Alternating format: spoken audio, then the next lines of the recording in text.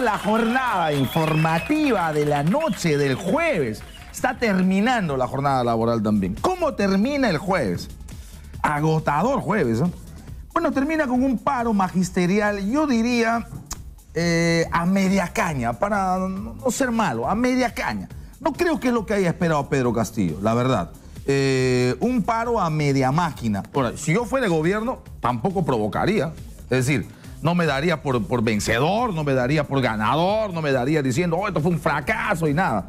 No lo provocaría. Y creo que el ministro ha entendido. Se ha reunido con Pedro Castillo, se ha reunido con Alfredo Velázquez. Está haciendo lo que corresponde. Señor converso, señor converso. Y bueno, definirá posturas. No me parece mal. No me parece mal. Entiendo que los maestros de la facción de Pedro Castillo evaluarán. No han tenido un gran paro en el nivel de acatamiento. Eso en buena hora para los chicos. Eso en buena hora para los padres de familia. Insisto. Sin embargo, yo no los provocaría. O sea, eso no debería ser materia de triunfalismo. El 12 se reúnen, tienen una asamblea, evalúan la posibilidad de levantar de reiniciar la huelga del año pasado, y usted sabe lo que nos ha costado esa huelga. Porque nos ha costado 3 meses. No se recuperaron clases. Los chicos perdieron muchas clases. Y ojalá no vuelva a ocurrir lo del 2017, este 2018. Otra postal de cómo termina la jornada. Chicos de San Marcos. Y si permítame una pequeña licencia, porque yo tengo una posición, creo que diferente a la mayor cantidad de los periodistas y de los medios. A mí no me gusta el borreguismo. No me gusta el borreguismo. No me gusta el concepto, y vuelvo a insistir, discúlpeme lo que voy a decir, y soy seguro que mucha gente va a estar en desacuerdo conmigo. No me gusta el borreguismo, no me gusta la lógica del academicismo puro.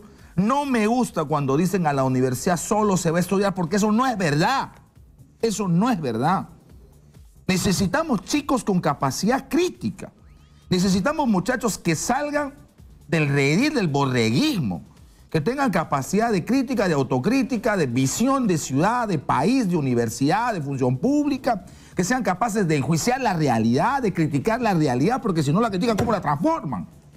¿Cómo la transforman? Y a veces yo creo, y nos andamos quejando, el gran fracaso de Pedro Pablo Kuczynski, ¿qué fue? Tecnócratas formados en universidades que nunca han visto la realidad, que no conocen el Perú, que no se compran el pleito por el país, que no saben lo que es una educación pública. No saben lo que es una educación pública, no saben lo que es la pobreza, no saben lo que pasa en el interior del país, no saben lo que ocurre en el campo, no saben lo que pasa con los ganaderos, no saben lo que pasa con los agricultores, no saben lo que pasa con el maicero, no saben lo que pasa con el pescador artesanal, no saben qué pasa con el maestro de pueblo rural, no saben lo que pasa con el docente de colegio unidocente, no saben lo que pasa con la enfermera de una postamédica, de un centro de salud o de un hospital del interior del país que no tiene una jeringa bendita para aplicar una inyección. No saben. Entonces, cuando yo veo a los chicos con sinceridad, yo sé que van a decir, no, pero son revoltosos, no, pero son vándalos, no, pero meten los precios. Yo digo, perdón. Si la universidad no forma a los chicos en la parte académica, es verdad, es fundamental, pero si los castra en la visión, si los castra en la capacidad crítica, si los castra en la libertad de pensamiento, de posición, lo que vamos a tener es un país de borregos.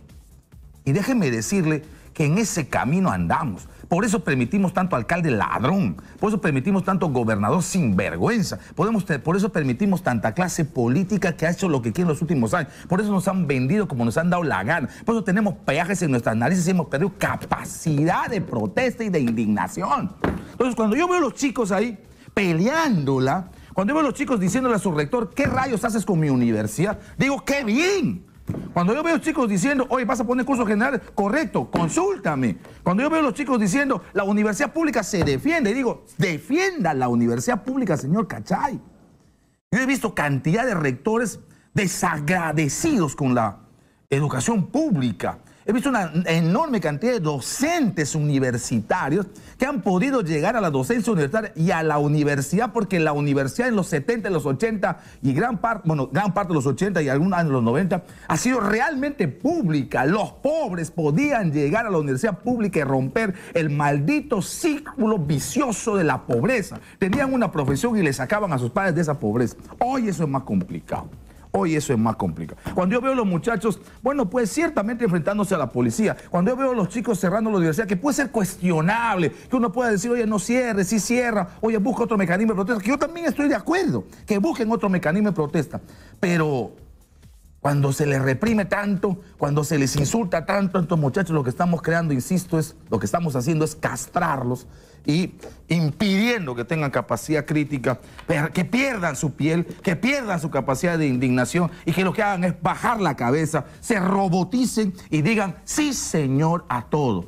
No es verdad que la mejor alternativa en la universidad es el academicismo puro. Nadie dice que no estudie, pero también hay que decir que el estudio sin piel, que el estudio sin capacidad crítica, que el estudio sin conocimiento de la realidad, que el estudio sin sensibilidad social, que el estudio sin compromiso con el país, no sirve, no sirve. Por eso tenemos tanto Zavala en este país.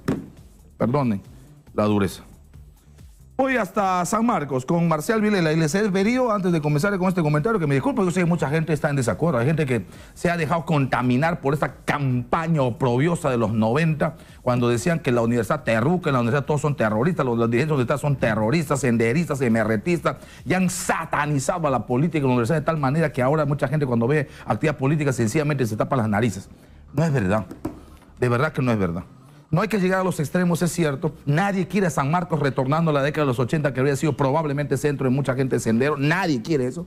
Pero nadie quiere que esta universidad sea un velorio. No pueden perder los chicos, ni de San Marcos, ni de ninguna universidad, su capacidad crítica. Por favor, no son borregos, no son ovejas, no son caballos, son seres humanos. Vamos rápidamente con Marcial Vilela. Estamos en San Marcos. Marcial, le escucho. Adelante, buenas noches.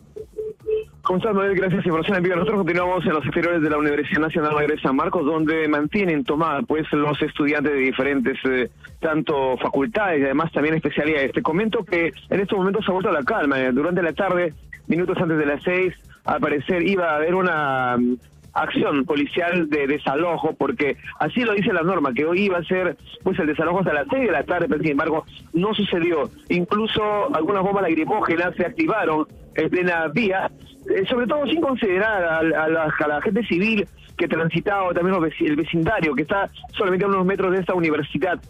Nosotros hemos estado muy atentos a lo que podía suceder, pero los estudiantes se han resistido, no han salido incluso en respuesta a esa agresión, digamos, con gases de la policía. Ellos han salido desde los interiores a los exteriores de la universidad, formando pues un pasacalle. Incluso han estado dando también ellos alguna oportunidad de manifestación a diferentes alumnos, mostrando su indiferencia. Sobre todo, no están de acuerdo, Manuel, quiero decirte, a lo que es el trabajo que viene haciendo el rectorado de esta universidad, porque ellos están manifestando que incluso no se les da la oportunidad a aquellos estudiantes quienes trabajan y a veces estudian, que cuando llegan pasadas las 8 de la noche son amenazados de ser expulsados sin consideración alguna. Como explican algunos estudiantes, hemos tratado de conversar con ellos, dicen lo siguiente, ¿no? Si ellos tuvieran el dinero respectivo, no estuvieran mendigando estudios en una universidad nacional que, lejos de darles el apoyo respectivo, pues les da la espalda en muchos casos, sobre todo con las pensiones exageradas, cobros indebidos.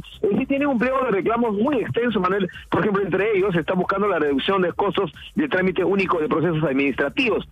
Además, también buscan el cumplimiento de la tercera disposición complementaria del Estatuto San Marcos, es decir, la reducción de las vacantes del centro pre al 10%. Además, también están buscando la reducción de trámites burocráticos, el periodo de adecuación a la ley del reglamento de la matrícula 2020, no al recorte del calendario académico 16-18 semanas, la nulidad del proyecto del plan de estudios generales. Es decir, ellos están reclamando muchos puntos que, según ellos, hay muchas veces de diálogo, pero que no les quieren escuchar. Incluso en los exteriores también hemos tratado de conversar con algunos docentes, quienes algunos están del lado de la protesta de los estudiantes y otros no. Entre ellos también hay conflictos interiores, lo que nos comentan. Y pues cabe señalar que nosotros nos encontramos a esta hora de la noche, donde ellos vienen realizando una asamblea general estudiantil y nosotros estamos apostados de los exteriores para ver en qué terminan, o quizás podemos quizás recabar algún dato de lo que pueda suceder después de esta reunión,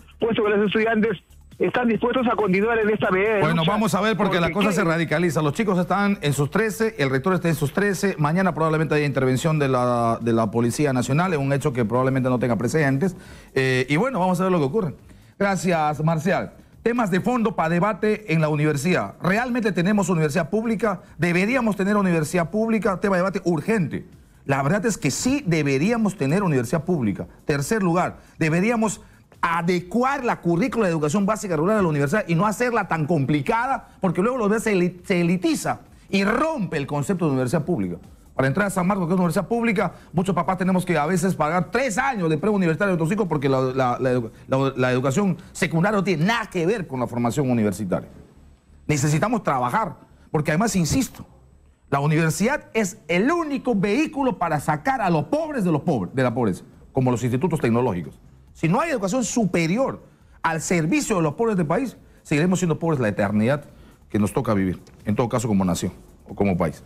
Esta es la hora, estamos a las 8 de la noche con 17 minutos. Voy a conversar a esta hora aquí en estudios con Jorge Castro, congresista del Frente Amplio. Bueno, varios temas en el Congreso, en realidad. Lo último, este pedido de Vilcatoma para incluir a PPK, a Mecha Arauz, a Carlos Bruce y a Yufra, exministro de Transportes y Comunicaciones, en el tema de la acusación constitucional. Congresista Castro, ¿cómo está? Buenas noches, bienvenido. Buenas noches. Saludarle. ¿Cómo Buenas estamos? noches, estimado. ¿Qué tal jornadita la de hoy? ¿Qué tal jornadita la de hoy en el Congreso? Te quiero quitar 30 segundos simplemente para manifestarte estar absolutamente de acuerdo. Lo que necesitamos en el Perú es una masa crítica. Me siento privilegiado por haber estudiado en una universidad pública, en la Universidad de San Agustín. Yo también. En la década de los 70. Yo también. Cuando había la única universidad en todo el sur del Perú y teníamos que recorrer desde el último rincón de Tacna, de Moquegua, de Puno, de diferentes lugares del país, para ir a una universidad. Y en ese tiempo eran, creo que 12, 15 universidades nomás que habían en todo el Perú. No había más. Y ahora también han proliferado, pero pura privada y de muy mala calidad y sin masa crítica. Por eso es que estamos viendo los resultados que realmente no saben ni tomar cómo son los problemas nacionales, ni nada, lo que tú lo has explicado realmente, y estoy absolutamente de acuerdo con lo que tú estás manifestando. En las épocas, bueno, usted estuvo poco antes que yo, en mis épocas estábamos condenados o a ser de izquierda o a ser de lapra. Bueno, pues siempre hemos estado en las universidades, y el que no ha estado en la universidad y no ha tenido actividad política, no ha estado en la universidad. Yo no creo que eso sea malo. No es malo. No puede ser malo. Lo que es malo es que te quedes en una universidad 20 años siendo político. Correcto. Lo que está mal es que te olvides de estudiar y hagas solamente política, y la política esté vinculada solamente a un asunto consignista, panfletario. Correcto. Bueno, pues hay que buscar siempre los puntos medios. Pero ¿no? para que te des cuenta, aquí hay universidades que fabrican cartones, ¿no es cierto? Han estado en el gobierno y no han sabido atar ni desatar porque no saben lo que es la realidad nacional, fundamentalmente. Claro, lo que pasa es que hemos cogido una visión academicista que cree que en la universidad solo te robotiza para saber los mecanismos de tu carrera. No es verdad. No es verdad, absolutamente. O sea, ¿qué haces con un médico que sabe operar pero no sabe qué pasa en el interior de su país? Cuando le mandan a hacer CERU, se muere. Se muere. ¿Qué haces con un maestro que le enseña la pedagogía pura? Digamos, solo enseñar, pero no sabe la realidad del país, y va a tener alumnos que se van a quedar dormidos. Porque ¿sabe qué? Porque no ha tomado desayuno. Y va a decir, ¿dónde estoy? ¿Dónde estoy? ¿Qué haces con un ingeniero que se va a ir luego a una región o a una ciudad en donde probablemente no hay un solo centavo para hacer un puente?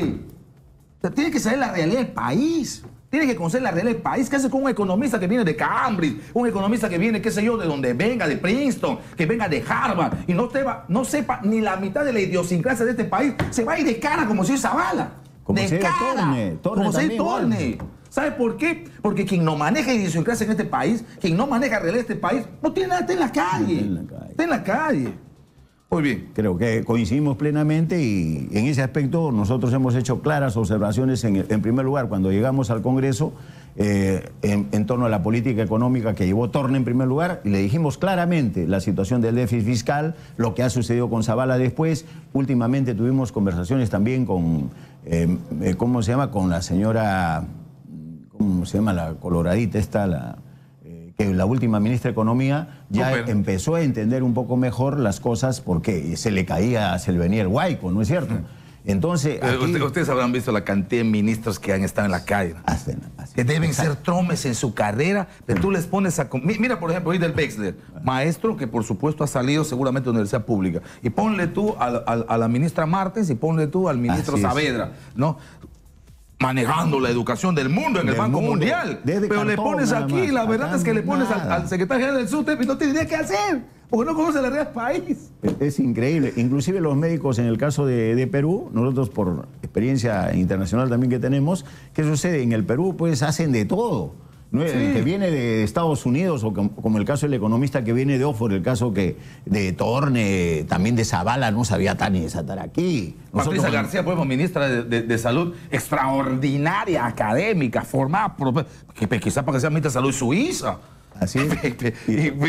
No tiene idea, se va a Piura, seguramente aprendió tema de dengue en la universidad y patina porque no tiene idea de lo que pasa. Pero has traído un tema aquí importantísimo. Si nosotros no cambiamos esta situación, si este gobierno nuevamente ahora con Vizcarra no entiende que hay otros son los mecanismos que hay que utilizar otros recursos humanos que sientan la necesidad del país, cómo solucionar los problemas, creo que vamos a caer en lo mismo. Sí. Entonces, y cuando tú ves unos chicos peleándose por su universidad pública, no es para decirles delincuentes, no es para decirles...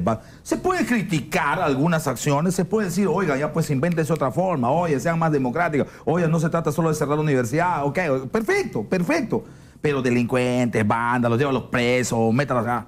Oye, hermano, están peleando por la universidad pública. Probablemente eso pueda decir alguien que nunca en su vida ha pasado por una universidad pública. No tiene ni idea de lo que es universidad. Y hay una situación de una universidad pública. La universidad pública hay que defenderla, y lo que están haciendo con la universidad pública, el señor Cachá y otros rectores, es privatizar de manera descarada la universidad. Y si va a ser pública, que sea pública. Porque si no, ¿cómo sacas al pobre? ¿Sabes quién es pobre? El que gana 300 mensual su padre. ¿Cómo le va a mandar a San Marcos a estudiar a ese chico? ¿Cómo va a ir? Entonces no es para pobres, entonces no es pública, entonces no te da alternativa, entonces no te resuelve el problema de pobreza, entonces ¿para qué carajo tienes? Que se vaya a la Pacífico, que se vaya a la Católica. Parece la gente que tiene esos recursos, que se vaya a cualquier otra privada. Pero aquí están las alternativas, la privada y la pública, para que los pobres entren y rompan la cadena de pobreza, si no, no vamos a romperla nunca. Así, exactamente, pero aquí hay otro tema, la universidad pública tiene un examen de ingreso, donde por ejemplo en San Marcos postulan 25.000, ingresan 4.000. En la UNSA postulan 16.000, ingresan 2.500. Ese solo proceso de selección te anula un montón de personas, los más capacitados. Te anula. Y eso elitiza la universidad. Elitiza la universidad. Y por eso que los estudiantes de las universidades públicas son mucho mejores en muchísimos los casos, porque hay universidades pero tan malas que el día de hoy hemos visto. El día de hoy incluso tienen exoneraciones tributarias, infinidad de cosas. Ahora, eso no es aval a hacer de las universidades campo de nadie. Esto no es aval para que se diga, o sea, no estoy diciendo que no haya autoridad, no estoy diciendo que venga la dictadura de la política de las federaciones y los centros federados. No estoy diciendo que eso sea infiltración para pensamientos de extrema izquierda o lo que fuera. No estoy hablando de que eso sea ahora un tubo de escape para que los que quieran desestabilizar Estado, país y nación. No, señor. No, señor. Ese es el otro extremo. Pero no me lleven al extremo de un academicismo sin piel, sin espíritu, sin corazón, sin compromiso, porque un profesional sin compromiso, perdónenme, no sirve para nada. Perdónenme, no sirve para nada. Servirá para hacer plata, no para comprometerse por el país. Y de esos tenemos bastante. Estamos gente que se comprometa por el país. Muy bien, hablemos ahora del Congreso. Del Congreso. Bueno, que andan muy mal en aceptación. La encuesta hoy día de CPI que ha publicado Exitosa es terrible. Solo 7% de aprobación, 90.7% de desaprobación. En primer lugar, siempre el Congreso no ha estado en una buena posición. Sin embargo, los últimos acontecimientos que hemos visto, creo que para nadie es un secreto la forma como se ha actuado en el Congreso, los negociados que hemos visto, el propio Ejecutivo participando en estos negociados, etcétera. Eso definitivamente nos tumba a todos, a toda la clase política. Por eso que se acuñó la frase que se vayan todos, que nosotros estamos dispuestos a un nuevo proceso electoral, si se quiere, y estamos a lo que diga, pues. Ahora, lo de Kenji mañana corre en comisión permanente, ¿no? Lo de Kenji, lo de Bocángel y lo de Bienvenido Ramírez. Se ha pedido incluir a PPK, a Yufra, a Arauz y a Bruce, en condición algunos de ejecutivos de parte del Ejecutivo y otros en condición de ejecutivo y de parte del Congreso también. ¿Está usted de acuerdo con eso? ¿Debería debatirse eso en la comisión permanente o no debería entrar porque no es su formalidad?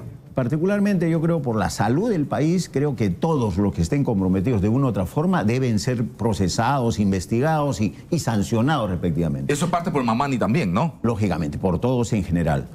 Sin embargo, en el caso de Mamani tiene algún tipo, digamos, por el hecho de haber desnudado la corrupción, porque también porque si a los colaboradores eficaces de una u otra manera también lo comenzamos a juzgar, simplemente ya nadie va a prestar para ser colaborador eficaz, ¿no? En este caso él más o menos cumple esas tareas.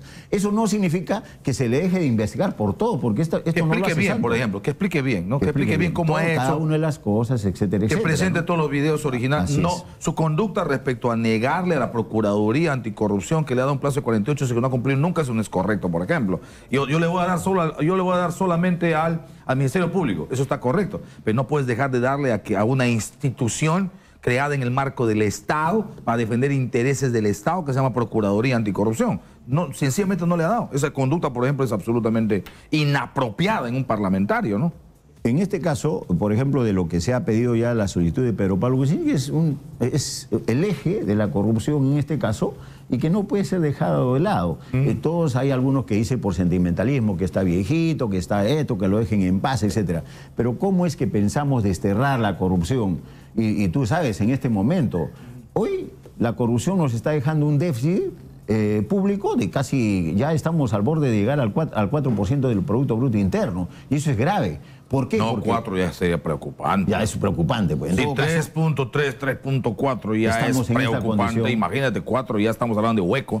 hueco. Ya estamos hablando de forado. No, es que hay un tema que no se estudia mucho, algunas personas no lo logran digerir. Cuando tú entres, como esto es una licuadora, en la medida que tú vas permitiendo estas cosas de manera permanente, entras en un proceso donde tus activos se comienzan a licuar. Sucede igual en el caso del déficit público. Una vez que comienzas tú como que le pone fruta a la licuadora y comienza y se lo termina tragando igual. En todo caso, por eso es que es peligroso pasar de determinados de 2, 3%, y más aún en este caso, cuando no tienes una visión clara, ¿qué vas a hacer hacia adelante? Yeah. Y eso es lo que está sucediendo, y esperamos una cosa muy clara, lo hemos escuchado al ministro por lo menos hablar de que va a corregir y que va a eliminar muchos gastos que son superfluos. 2.000 millones, ha dicho. Es una cantidad increíble, ¿no? Mira, yo te aseguro que si comenzamos a escarbar en consultorías, ¿te acuerdas el caso de Savera? 600 millones, 600, 800 millones. Imagínate en consultorías. ¿Y a quién le dabas? ¿A quién le dabas? A esos que salían de la Católica, a los que salían de riquirriques para sacarlos de pobres. Esos que les gusta la abstracción. La abstracción. Y no presentaban, y yo he visto los documentos, no tenían nada de economía, sino pura elucubración. Pura paja, es decir, cosas que no tienen sustento, ¿no? Ya, como no dices tienen tú, sustento. ya, como... No me refiero a lo que está usted pensando, me refiero a la paja del colchón, por si acaso, es decir, a lo poco válido. Pero la verdad que es absolutamente, es increíble lo que hemos... Estudios de ingeniería que no tenían ningún soporte, se les entregaba a cualquiera. Estudios de economía de igual forma. Sí. Tú hubieras visto. Y por eso es que en la Comisión de Presupuesto, en la cual tú un día me cuestionaste, con justo derecho, que ¿por qué? Porque nos habíamos opuesto a eso. Yo particularmente me había opuesto. Y que nos muestren en qué están gastando. No quería ni quería mostrar. Correcto. Y eso es grave. Mira, si nosotros hiciéramos ajustes en cada uno de los ministerios, estoy seguro que nos sobraría la plata. Yeah.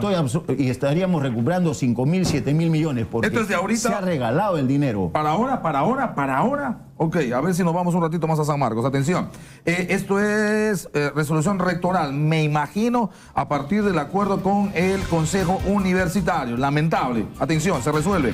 Autorizar a la Policía Nacional del Perú el ingreso al campus de la ciudad universitaria de la Universidad Nacional Mayor de San Marcos para desalojar a las personas que vienen ocupando ilegalmente e impidiendo su ingreso y restablecer el orden institucional por las consideraciones expuestas en la presente resolución. Atención, se autoriza entonces, esto debe ocurrir, me imagino, en los próximos minutos. Estaremos atentos para hacer la transmisión correspondiente. Señor rector, esto resuelve la toma, no resuelve el problema central. Esto resuelve que los chicos se vayan gaseados, golpeados, heridos probablemente a su casa y dejen la universidad. Esto resuelve la coyuntura, esto baja la temperatura, esto acaba con la fiebre, no con la infección. Y la infección, la verdad, en la enfermedad en San Marcos y en gran parte de la universidad pública constituyen ustedes los rectores. Ciertamente. Resuélvalo, está bien. Demostrará su autoridad, está bien. Pero no va a resolver el problema central. Y el problema central de la universidad pública está que están viendo a la universidad como botín. Esto evidentemente no puede seguir. Ok, para terminar, congresista Castro, voy a seguir con este tema de San Marcos en los próximos minutos. La izquierda, ¿qué tal golpe con Lula? Ahí está el golpe que estamos viendo. Increíble. Es que aquí hay un tema de que también se da dentro del escenario internacional. Lula se va preso. Mañana se va preso. Ya está Mañana, 24 horas ya está preso. Pero ¿qué sucede aquí? El golpe está en que tú tenemos en el norte Estados Unidos de Norteamérica. En el sur, el más fuerte, el más potente era Brasil, por supuesto, y quería también copar cada uno de los espacios geográficos y asimilarlos, entre comillas, por decirle, a todos los países de Sudamérica. Y por eso es el trabajo de Odebrecht. Odebrecht trabajó de la mano. Claro, ha querido hacer, un bloque hegemónico con una lógica de izquierda, pero con Cutra, pues eso no sirve. Pues ese no es buen ejemplo para nadie. Con Petrobras, ¿no? Evidentemente. Y Odebrecht había sido trabajada con otro tipo de capitales. Y además se despintó al final, ¿no? Gran líder sindical, extraordinario, admirable, ejemplar, un trotskista que trabajó en metalúrgico, que salió de abajo, que uno se sacaba el sombrero, de esos dirigentes de los 70 y los 80, a terminar con un triplex en una playa de Brasil. ¡Qué superficialidad! Me imagino que si se despierta el Che Guevara y se entera, se vuelve a morir. Sean malos, eso no es de izquierda. Es cierto, eso nada. Correcto, congresista, muchas gracias. Muchas gracias a ti. Gusto saludar. Simplemente saludarte nuevamente por la identificación que tienes con la juventud universitaria y sobre todo la educación pública. Muy bien. Buenas noches, muchas gracias. Me voy a la pausa. Estamos a las 8 de la noche con 34 minutos. Cuando venimos, inmediatamente nos vamos a San Marcos. Bueno, que se resuelva la toma. Eso no resuelve el problema central. Y si se va a resolver la toma, que no se haga con mayor violencia y ojalá no hayan heridos. Y otra cosa más. Voy a regresar, por supuesto, con Marcel Villela. Pausa y retornamos. Esta es la hora, Perú. Estamos a las 8 de la noche con 36 minutos, pero esta es la hora, 8:36. Nos vamos a San Marcos, nos vamos, Omar. Estamos con Marcial Vilela, vamos a ver qué ocurre. Cubrimos la información. Se autorizó desde la Rectoría, resolución rectoral número 01771, 5 de abril del 2018. Se autoriza a la policía el ingreso al campus de la ciudad universitaria. Va a ocurrir ahora, va a ocurrir más tarde, va a ocurrir mañana. Nos dará la información Marcial Vilela desde el mismo lugar de los hechos. Marcial, le estamos escuchando. Adelante. ¿Cómo estás, Manuel? Efectivamente, nosotros continuamos en los exteriores de la Universidad Nacional Mayor de San Marcos, donde hay atención, puesto que ya se tiene previsto el desalojo a los ocupantes quienes han tomado, sobre todo los universitarios que han tomado esta casa de estudios. Ellos continúan en una reunión de emergencia, una asamblea general de estudiantes en los interiores, pero ya podemos observar que hay preocupación, puesto que la policía se encuentra apostada en el frontis de esta universidad y en mayor número, lo que se esperaba, pues al parecer en cualquier momento se recibe la orden de los superiores para que los efectivos policiales realicen esta intervención, pero los estudiantes permanecen en los interiores de esta casa de estudios, esta ciudad universitaria donde las puertas están totalmente encadenadas con unas enormes cadenas, que en realidad va a ser un poco difícil, quizás o tendría que utilizar algún tipo de instrumentos especiales en la policía para hacer esta intervención. Hola, Marcial, ¿me escucha? Continúan, ya lo dije, realizando su medida de lucha, de fuerza, y los reclamos más importantes, según ellos, es sobre todo el reclamo que los estudiantes generales, los estudios generales sirven al plan de una mercantilización de lo que están ellos viendo, pues, de parte de la universidad pública, y lo que ellos están solicitando es que se anule, sobre todo este centro, pues además también están solicitando mejores pensiones, sobre todo presupuestos, para que los alumnos y además también docentes puedan tener una mejor ración en el comedor estudiantil, es lo que también están reclamando, pero al parecer ya algunas personas, sobre todo damas, han salido y solamente se están quedando mayormente hombres o varones para que quizás puedan ver de cerca lo que va a suceder más adelante. Yo le dije, la policía está apostada, en cualquier momento quizás va a suceder este desalojo, pues ya la resolución ya está dada, solamente se espera entonces la orden superior para que la policía pueda intervenir a esta ciudad universitaria. Manuel. Marcial, cuéntame, ¿cuál es la disposición de la Policía Nacional? ¿Dónde está la policía? ¿Cuántos efectivos hay? Si es que hay algún tipo de comentario, de confirmación, si entran hoy. Bueno, porque la autorización está dada, pero entiendo que no necesariamente tienen que hacerlo en este instante, en media hora, en una hora, tomarán su tiempo. Entiendo que evaluarán qué es lo mejor desde el punto de vista estratégico. Entiendo que están evaluando el menor costo posible, el asunto de la oportunidad. Y usted mismo está señalando que los propios chicos están ya regresando, algunos de ellos se están quedando menos chicos que los que estaban en la tarde y en la mañana, se están quedando sobre todo los varones, seguramente ese es por ejemplo un elemento que va a tomar en cuenta la Policía Nacional. No es igual entrar a un campus universitario tomado por 100 chicos que tomado por 1000, o sea, eso evidentemente va a ser un elemento a tomarse en cuenta al momento de ingresar a la Universidad Nacional de la Amazonía Peruana. Ahora, la decisión que toma el rector la toma en función de un acuerdo del Consejo Universitario, es decir, ha habido Consejo Universitario, y entiendo que esto es acuerdo dice exactamente así, Marcial, te cuento, que el Consejo Universitario, en su sesión extraordinaria de fecha 5 de abril, ante los hechos descritos, porque describen cuál ha sido lo que exactamente ocurrió, la toma del local,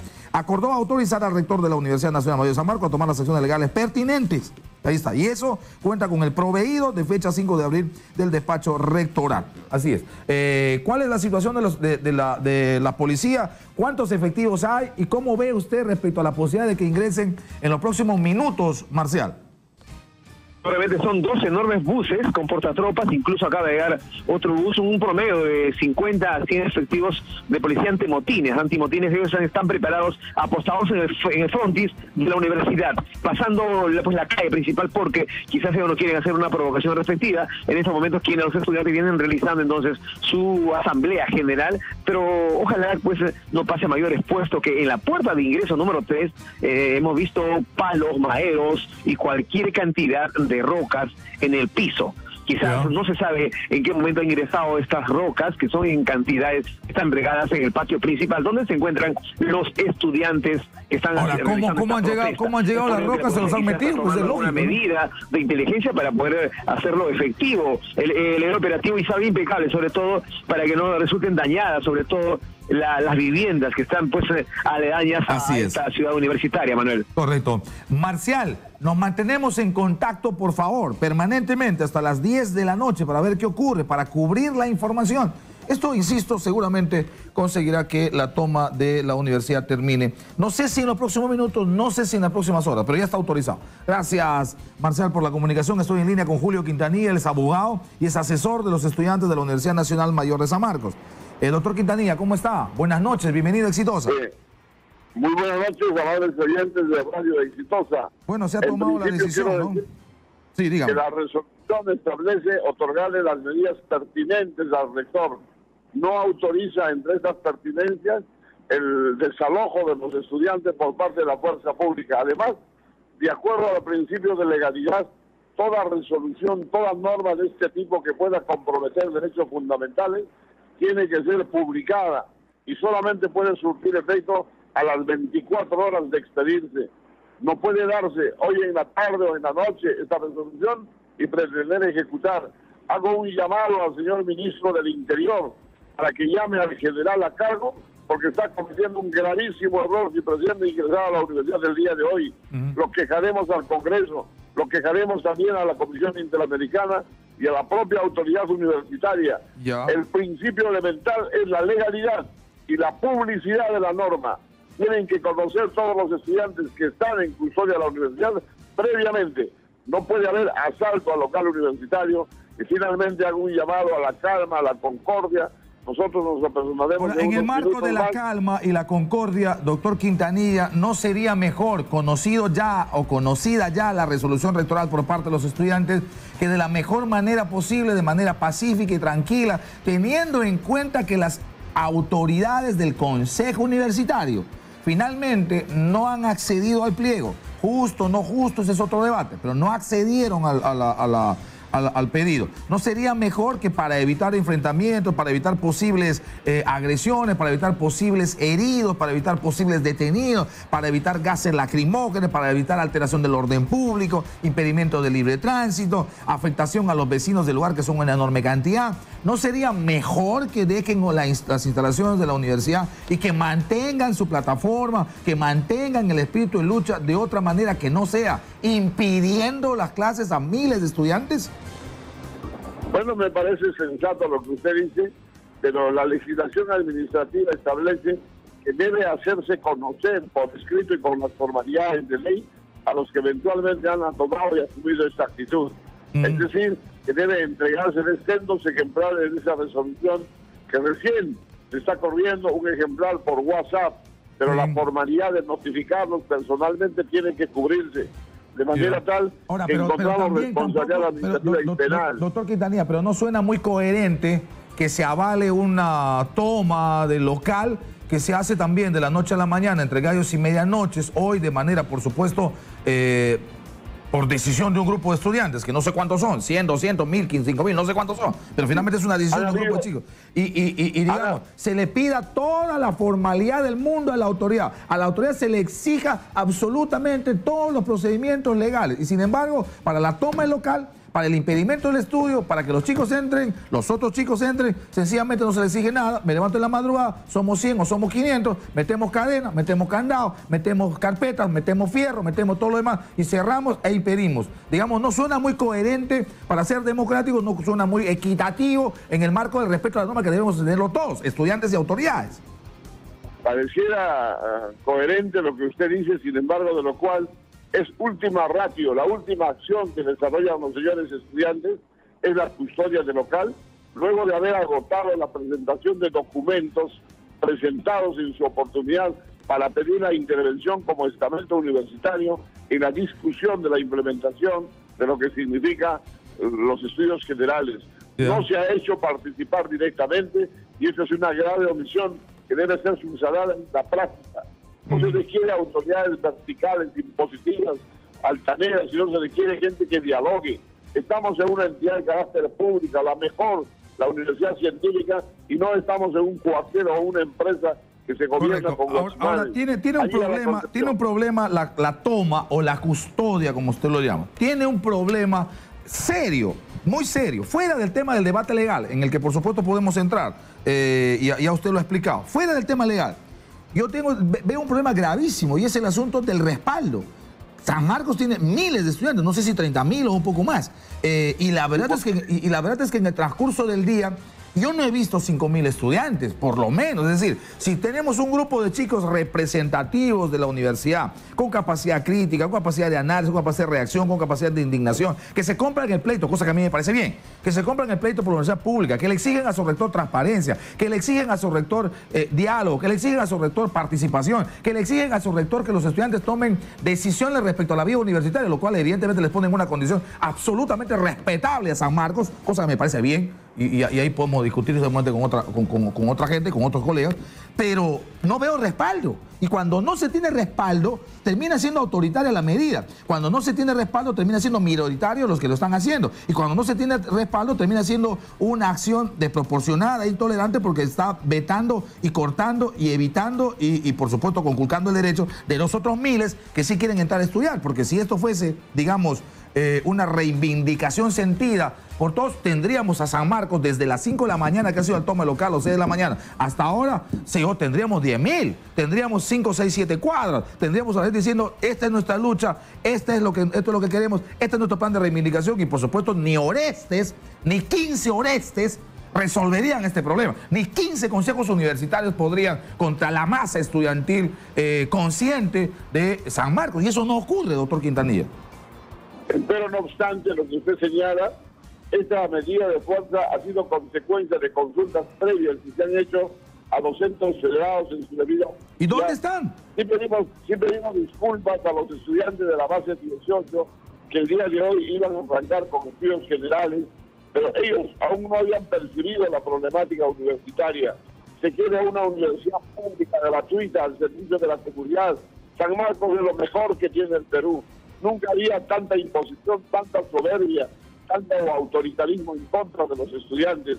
Los estudiantes, por mandato de la ley, por mandato de las reformas de Córdoba, tienen el derecho a gobernar, tienen el derecho a participar. Y sin embargo, a decir de los estudiantes, no se les ha considerado, no se ha escuchado, tanto así de que las mesas de diálogo de los estudiantes no se han implementado. El equipo de seguridad de la Universidad de San Marcos es pésimo. Por eso han muerto, obviamente, un estudiante de psicología que fue asesinado por otra persona, o un estudiante de ingeniería química por la falta de seguridad, y quienes han capturado a los delincuentes han sido los estudiantes y los trabajadores. Correcto. No así el equipo de vigilancia. ¿Tienen hora, han definido hora para la intervención, la autoridad policial, o con el documento que tienen en mano van a definir el mejor momento para ingresar? A las 6 de la tarde estuvimos presentes, hicimos una exhortación a la policía, le dijimos que tenía que haber una orden expresa, concreta, tácita, que tenga lo que dice la resolución: pertinencia, conducencia y utilidad. No están diciendo de que desaloje la universidad, usted acaba de leer que tome las medidas pertinentes. A los que hay que aumentar, que sean útiles y que obviamente logren el objetivo. No podemos pensar que las bombas lacrimógenas que hemos mostrado impacten en el pecho, en la cabeza, en la cara de los estudiantes y puedan haber muertos. Ahora, pero ¿qué medida pertinente más?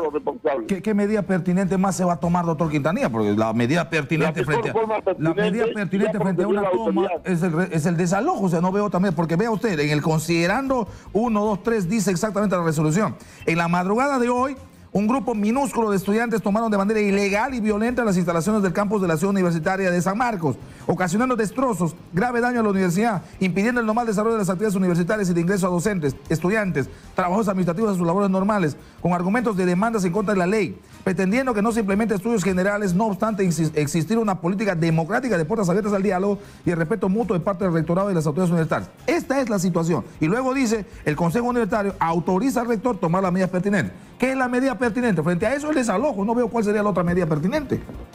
No, la palabra pertinente quiere decir adecuada, conducente a lograr lo que pretendemos y obviamente útil para restablecer la paz social. En este sentido, y ante la conversación que se está generando, yo le pediría al rector que él, como representante titular del pliego, aunque ya no lo es, sino es lo Basiledu, se constituya en la universidad y que él mismo vaya, pretenda conversar con los estudiantes, pero si no quiere o tiene miedo con la situación natural, que mande un emisario, como lo hizo aquella vez con el director de administración. Okay. Bueno, vamos a ver qué pasa, ¿no? Estaremos atentos a lo que ocurra en San Marcos. Le agradezco muchísimo al doctor Quintanilla por responder nuestra comunicación. Bueno, ahí hay puntos y puntos, evidentemente. Insisto, yo tengo mi punto de vista, les he expresado. Sin embargo, en este asunto en general, me imagino que el orden va a tener que retornar. El orden y la calma y los chicos, estudiantes, a quienes yo no voy a llamar vándalos, definitivamente, no voy a llamar delincuentes, definitivamente, algunos lo hagan, que lo hagan, por supuesto, tendrán que seguir insistiendo y ojalá lo hagan de otra manera. Vuelvo a insistir, el más grave problema de la protesta en San Marcos es que, según lo que yo veo, no es representativa numéricamente, por lo menos, de los estudiantes. Es decir, uno tendría la obligación mínima de mirar San Marcos y decir, ¿cuántos estudiantes tiene San Marcos? ¿30,000? ¿35,000? Ok, ¿cuántos están en la toma? Si supone que son 1,000, 2,000, 5,000, 7,000. Y la verdad que están bastante lejos de esa cifra. Insisto, lo cual no quita el debate respecto a los temas de fondo que están planteando los estudiantes. La universidad pública y lo que significa la universidad pública y la viabilidad de la universidad pública. Pero yo no puedo debatir la universidad pública a patadas. Es lo que también hay que insistir. Yo no puedo debatir la universidad pública agarrando 5 cadenas, cerrando las puertas de la universidad y cerrando la posibilidad de que estudien otros 35,000. Ese es otro tema de debate, por eso insisto. Hay que mirar las cosas sin ir a los extremos. Nadie quiere regresar a las universidades de los 80, por supuesto, lo que ha sido ni San Marcos, ni la Cantuta, ni otras universidades que todo el mundo sabe, lamentablemente, por lo que ha servido, ¿no? Muchas gracias. Estoy con el general Daniel Mora, que precisamente ha sido congresista, ha presidido la Comisión de Educación, ha sido el autor de la nueva ley universitaria, le ha generado muchísimos conflictos, muchísimos problemas. Nueva ley que, por supuesto, ha dado a luz, alumbró al tema de SUNEDO, que es la que está dando las licencias correspondientes. Justo San Marcos acaba de licenciarse hace algunos días. Así que vamos a preguntarle su opinión y además vamos a preguntarle sobre el acuerdo del Congreso y la decisión de ampliar la moratoria a 2 años para la creación de universidades en el país. Señor Mora, ¿cómo está? Qué gusto saludarle. Muy buenas noches, bienvenido, exitosa. Buenas noches, Mario. Un placer estar con ustedes. Bueno, ¿qué opinión tiene usted sobre lo de San Marcos de manera, digamos, particular antes de entrar al tema de moratoria?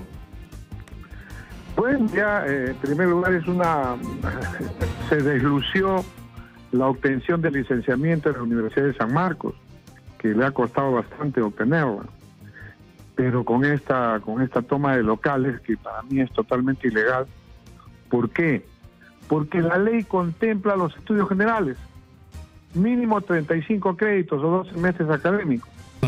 Estos estudios generales son para los cachimbos que recién han entrado. Entonces no sé a guisa de qué unas personas protestan por los cachimbos que recién van a entrar. Entonces los estudios generales se han colocado porque la mala preparación de los alumnos que traen de los colegios. En el Perú no hay bachillerato, como hay en algunos colegios particulares muy caros que dan 2 años de bachillerato después de la secundaria, y es por esa razón que las carreras en Europa o en Estados Unidos demoran 3 años y medio, 4. En cambio acá, por ejemplo, la Católica tiene 2 años de estudios generales, un año estudios generales para humanidades y estudios generales para lo que van a estudiar ciencias, ingenierías y humanidades para lo que van a hacer sociólogos, psicólogos, literatos, etcétera. Correcto. Eso es normal en todos los países. En Europa casi todos estudian bachillerato y las carreras duran 3 años y medio. Por eso que hemos puesto 35 créditos mínimos que debe tener la universidad. Ahora mismo San Marcos debería... Ahora mismo San Marcos debería estar celebrando su licenciamiento, ¿no? Ahora mismo San Marcos debe estar celebrando ese gran logro de SUNEDU. Así es, parece que han tratado de lucir la obtención del licenciamiento de San Marcos. Esta es una utilización, creo yo, una opinión muy personal política. ¿Por qué? Porque los estudios generales están contemplados en los estatutos que la misma universidad ha hecho en base a su autonomía, cumpliendo con la ley de universidad. Sí, pero quizá también haya ahí una percepción un poco parcial del problema, y eso tiene que ver con lo que se ha difundido en lo de San Marcos.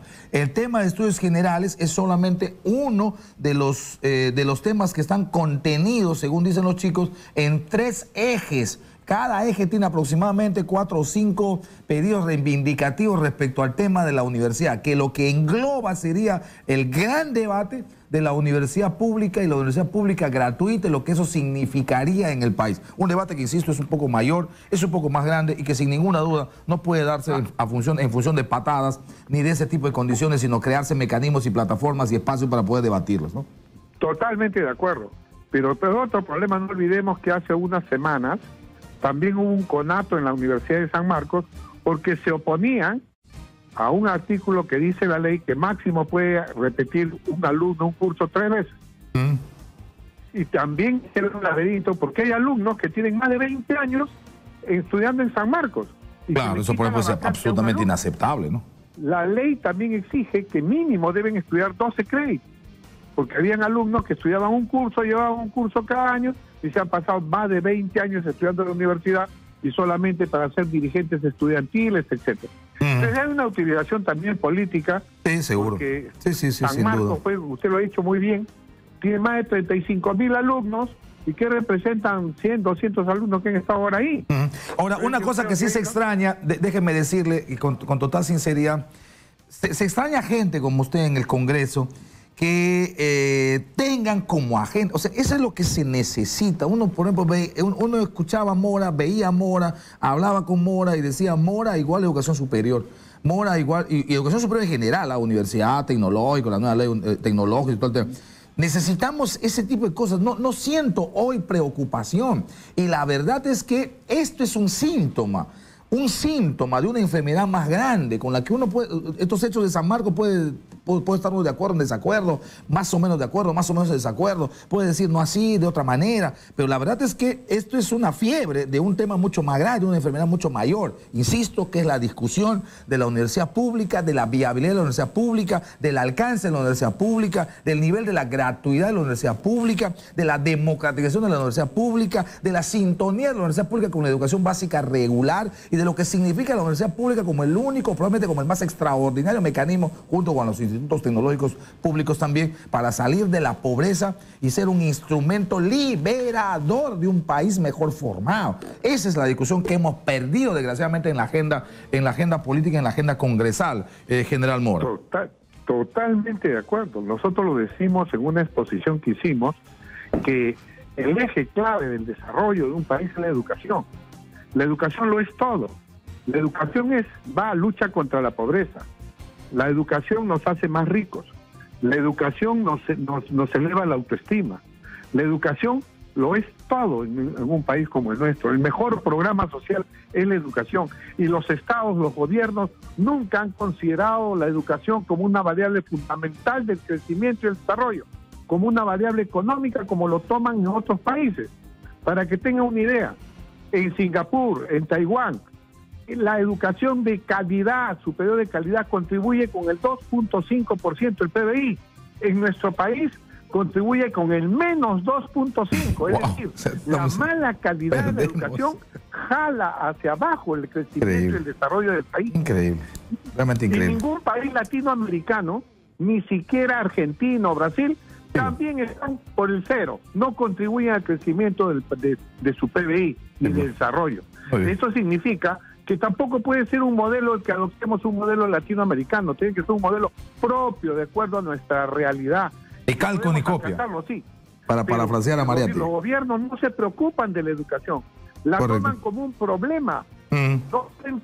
Cuando es la solución a los problemas, es la solución a los problemas. Muy bien, permítame preguntarle, por favor. A todos los problemas del país. Sí, claro. Lo que pasa es por falta de educación. Sí, claro.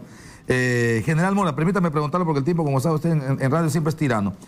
Opinión sobre el asunto del acuerdo hoy en el Pleno para aprobar moratoria de 2 años para la creación de universidades privadas, que la verdad que estaba esperando buen tiempo y hemos estado un poco como en ascuas. ¿Qué opinión tiene? Bueno, hemos estado 4 meses sin ley de moratoria y en ese tiempo, para que tenga usted una idea, se presentaron a la SUNEDO 34 solicitudes para nuevas universidades. Después esa chingana, no puedo creer, en 4 meses 34. Por eso. Ni siquiera los restaurantes se abren en tanta cantidad. 34 para mí me ha sorprendido. Entonces, qué buen negocio. De moratoria de 2 años por lo menos nos da un alivio. Pero no es alivio para que la SUNEDO licencia cualquiera, eso no es. Claro. Es para que no se creen universidades esta chicha y nos permita ordenar todo el sistema universitario. Hubiéramos querido, inicialmente, cuando se dio esta ley de moratoria que la dimos nosotros, era 10 años, pero tuvimos que consensuar y 5 años. Hubiera sido ideal que sea unos 5 años más, porque tenemos el mayor número de universidades por millón de habitantes en Latinoamérica. Le ganamos a Brasil. Entonces, para que tienen 200 millones. 34 universidades más. Increíble. En Brasil hay una universidad por cada millón. Acá hay 4 universidades por cada millón. Ahora, con esta moratoria, definitivamente esas 34 universidades tendrán que esperar los 2 años, ¿no?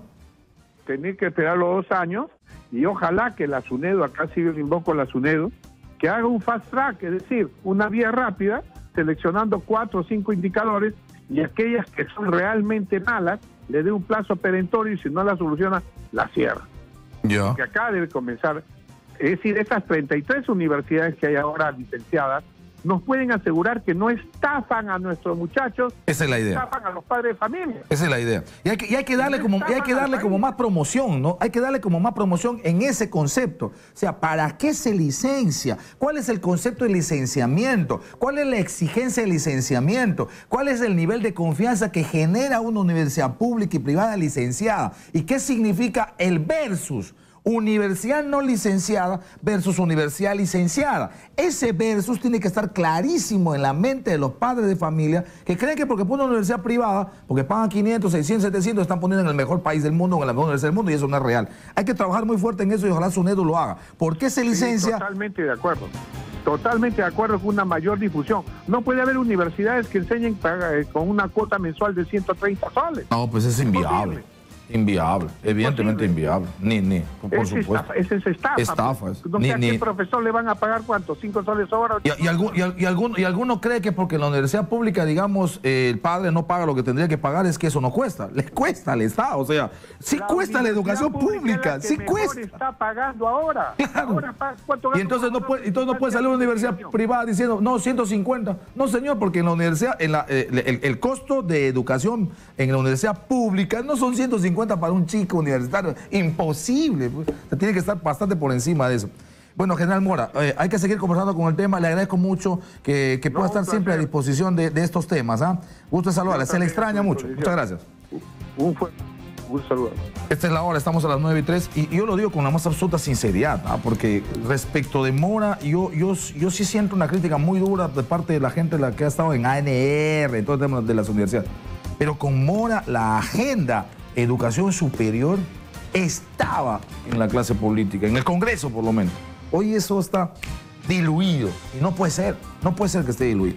Me voy a la pausa, venimos, estamos en Exitosa, la radio y la televisión del Perú. Y estamos atentos a lo que pasa en San Marcos en cualquier momento. Lo dicho por Stephanie, atención, el congresista Moisés Mamani, el de los videos, solicitó reprogramación de su diligencia de declaración testimonial. Estaba previsto para mañana. Ha tenido todo el tiempo del mundo, incluso hoy mismo en la mañana señaló que iba a entregar todos los videos sin editar al fiscal. resulta que ha pedido reprogramación, perdón.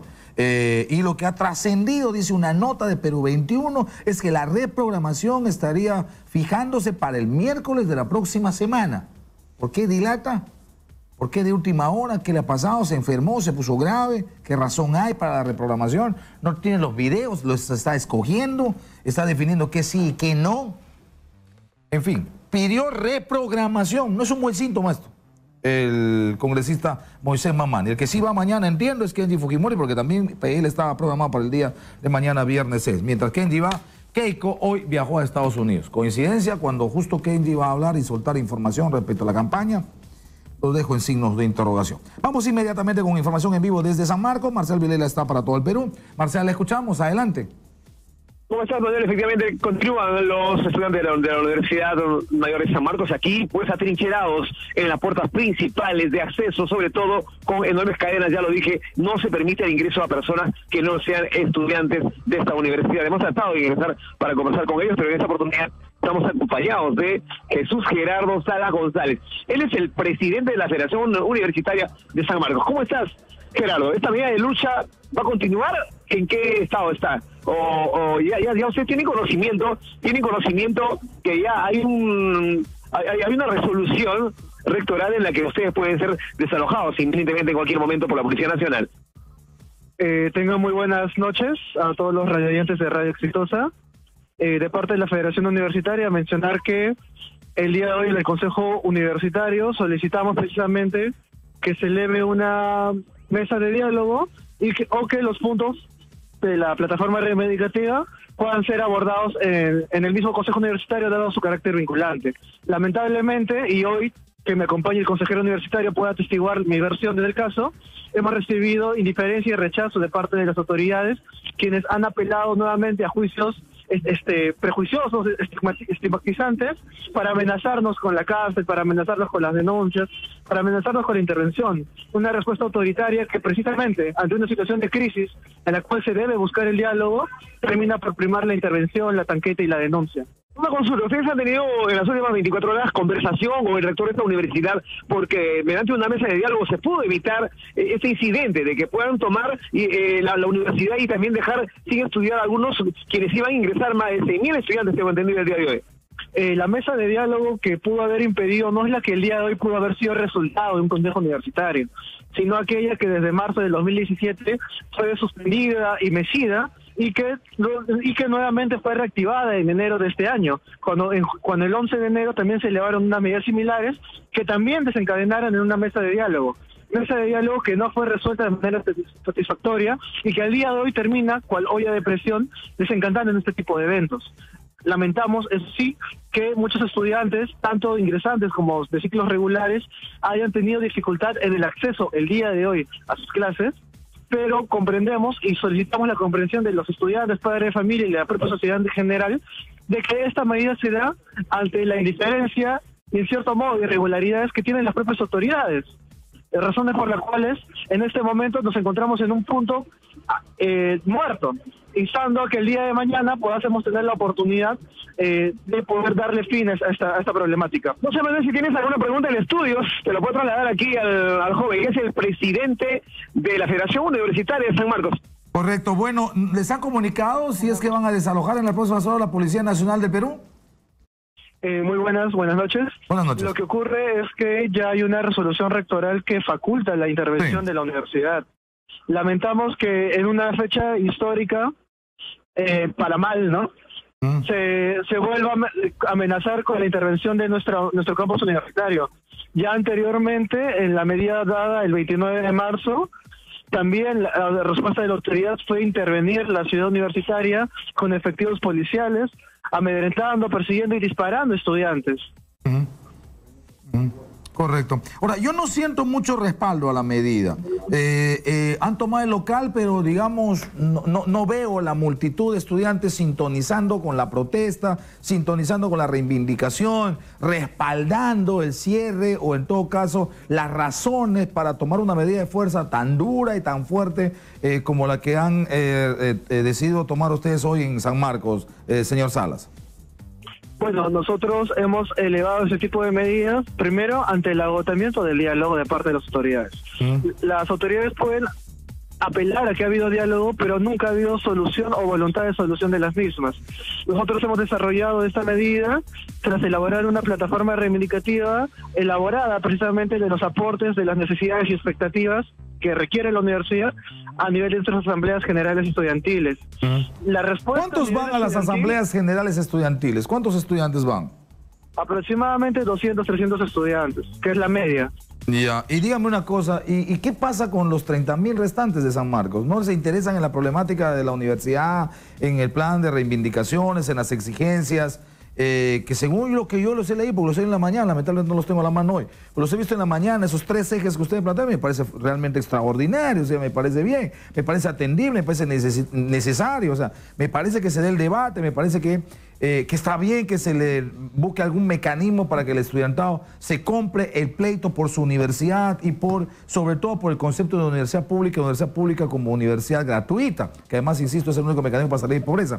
Pero ¿por qué no hay un respaldo del resto de estudiantes? ¿Qué están en otra onda? ¿No se preocupan del asunto? ¿Les parece bien la gestión del señor Cachay y lo que está ocurriendo en San Marcos?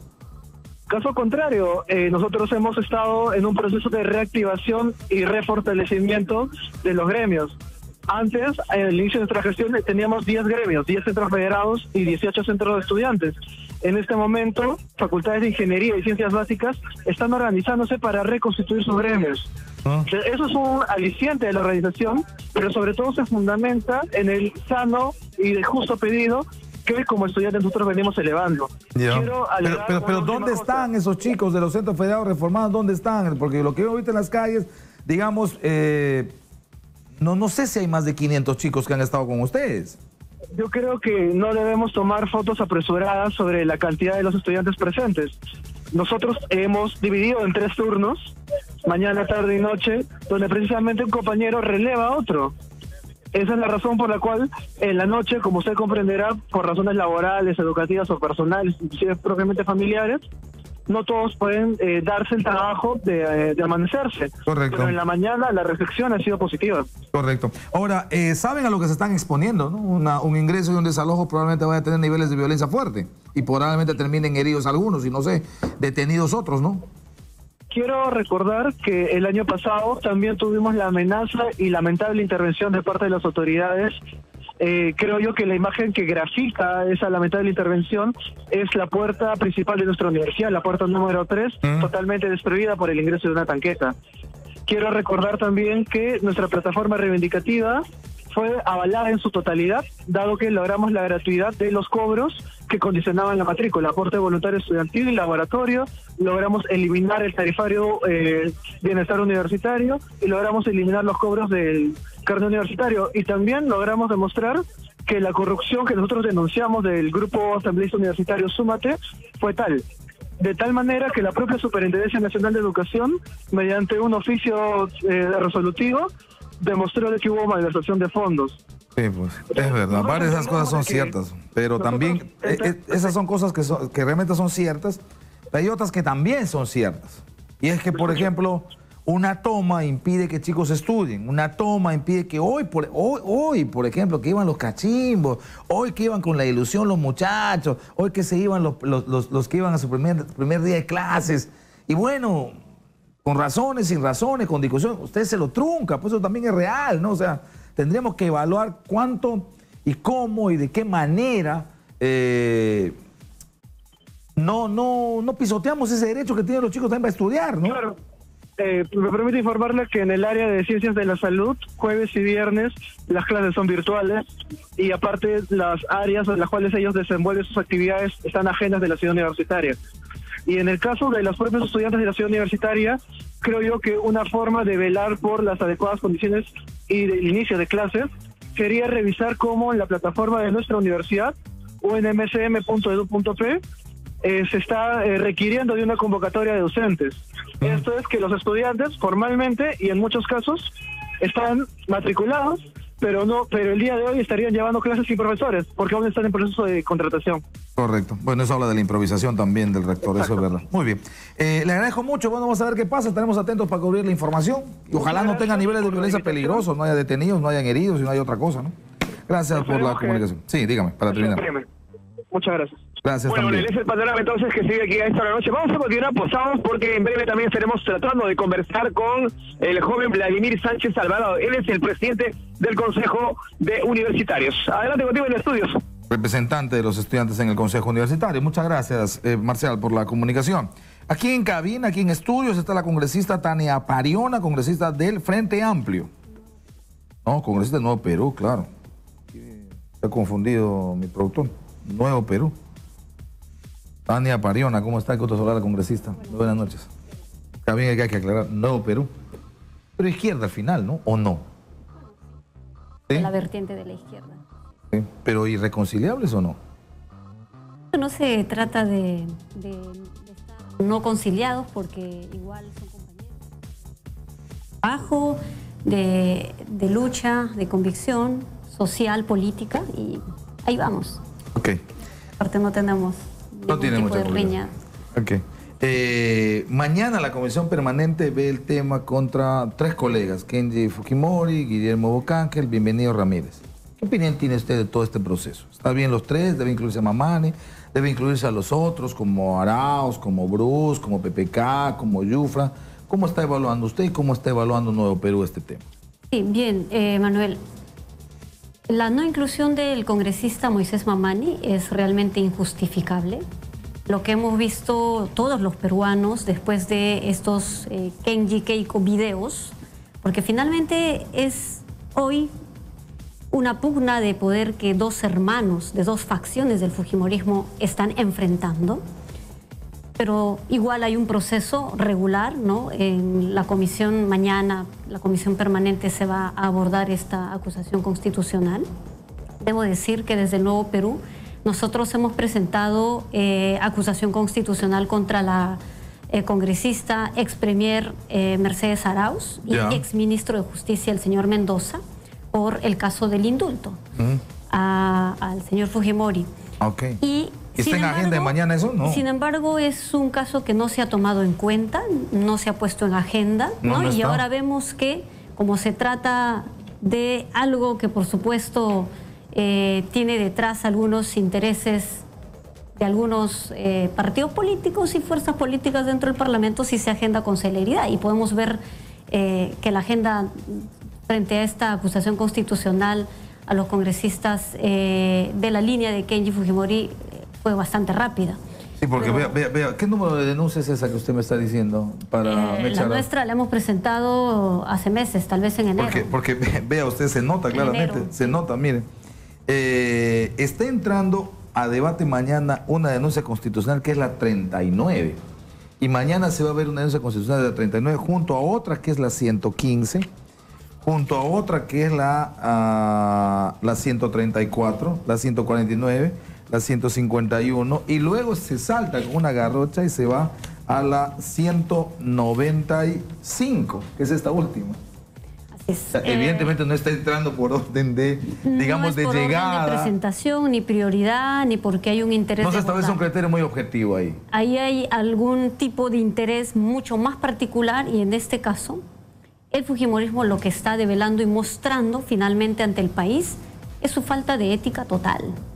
O sea, y con el blindaje a la congresista Yesenia Ponce y a otros congresistas que entre ellos finalmente deciden cómo proceder dentro de una comisión que hasta hace un día estaba presidida por un fujimorista, lo que notamos es que no hay imparcialidad, hay un blindaje, hay procedimientos de los cuales uno no está de acuerdo y ya nosotros en su momento incluso hemos pedido que se reestructure esa comisión de ética, que más parece antiética.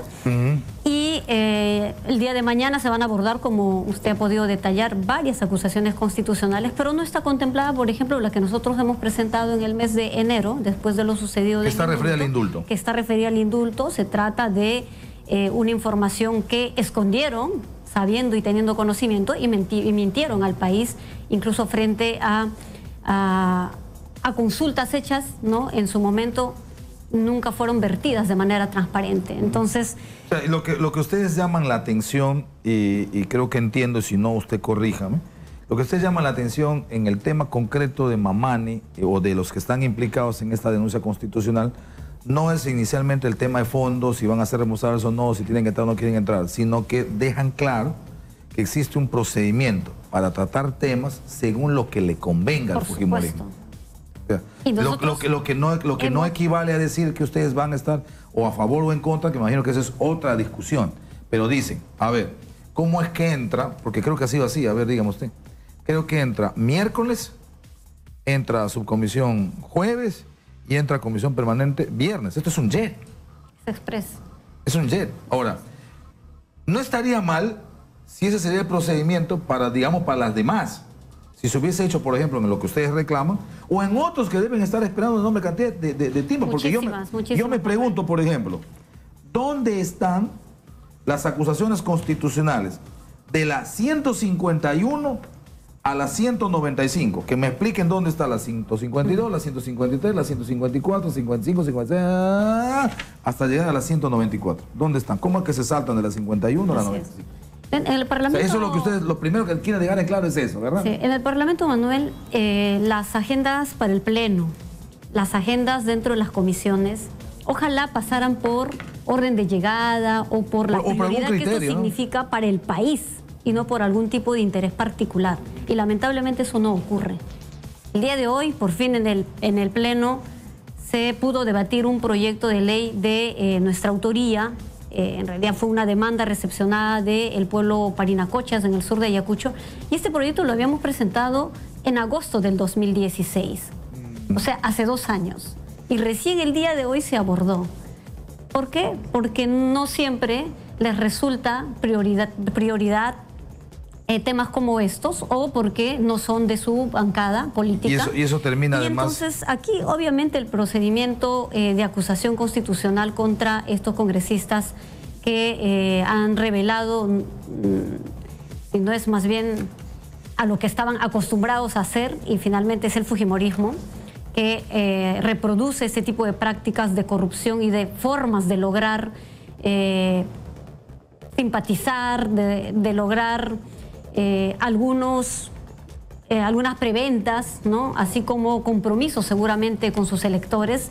Ese es el mecanismo que siempre han aplicado. O sea, ¿qué le parece, por ejemplo, tanto, digamos, no nos sorprende, obviamente nos indigna, pero yo he visto en el Parlamento cómo esto finalmente se convierte en una práctica casi naturalizada, ¿no? ¿Cuál de ellos? Esto de compra y venta, o yo te favorezco. Incluso con proyectos de ley, ¿no? Proyectos de ley que fomentan la distritalización de tal zona. Y entonces ¿qué se mueve? ¿Dinero? Bueno, ¿lobbies?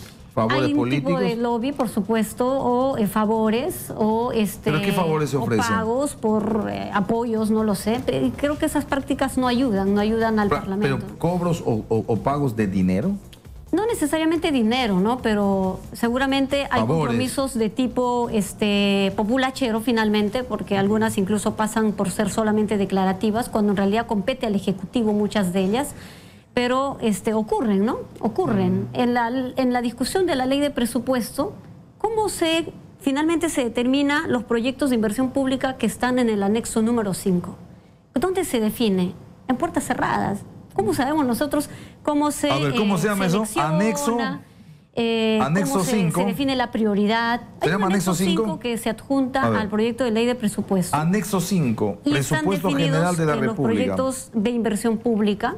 Y cuando uno, claro, ve de pronto ya el documento grueso que llega al Pleno, y luego ve un listado, que a propósito en este debate nunca vimos ese anexo 5, entonces uno dice, ¿cuál es la transparencia? ¿Cómo se define esto? Entonces hay Manuel, un tema que justamente tiene que ver con mirar la corrupción. ¿De esto ha estado hablando Kenji cuando hablaba de 5 millones de soles? Sino también de ida y vuelta, porque sí ocurre.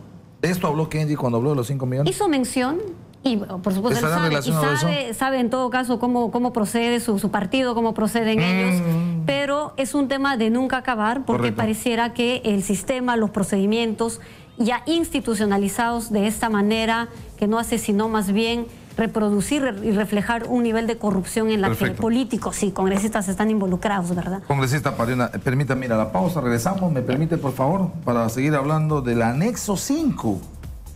Anexo 5. Se definen proyectos de inversión pública, o sea, obras. Obras públicas, inversiones a para puertas cerradas distintas en el Congreso de la República.